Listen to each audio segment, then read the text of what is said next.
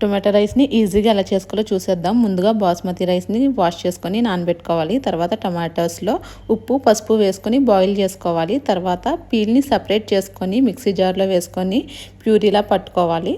ఆ తర్వాత కడాయిలో ఆయిల్ ఇంకా గీ వేసుకొని అందులో హోల్ బిర్యానీ మసాలా వేసుకొని పచ్చిమిర్చి కూడా వేసుకొని ఫ్రై అయ్యాక ఆనియన్స్ వేసుకొని ఆనియన్స్ని కూడా మంచిగా ఫ్రై చేసుకొని కరివేపాకు ఇంకా అల్లం వెల్లుల్లి పేస్ట్ వేసుకొని పచ్చివాసన పోయాక టమాటో ప్యూరీ కూడా వేసుకొని అందులో ఉప్పు పసుపు ధనియాల పొడి ఇంకా జీలకర్ర పొడి వేసుకొని కలుపుకోవాలి. కొత్తిమీర కూడా వేసుకోవాలి. మూత పెట్టుకొని మగ్గించుకోవాలి. ఆయిల్ సపరేట్ అయ్యాక ఒకసారి కలుపుకొని వాటర్ వేసుకోవాలి. నేను రైస్ 1 కప్పు తీసుకున్నాను కాబట్టి 1.5 కప్పు వాటర్ వేసుకున్నాను, బాస్మతి రైస్ కాబట్టి.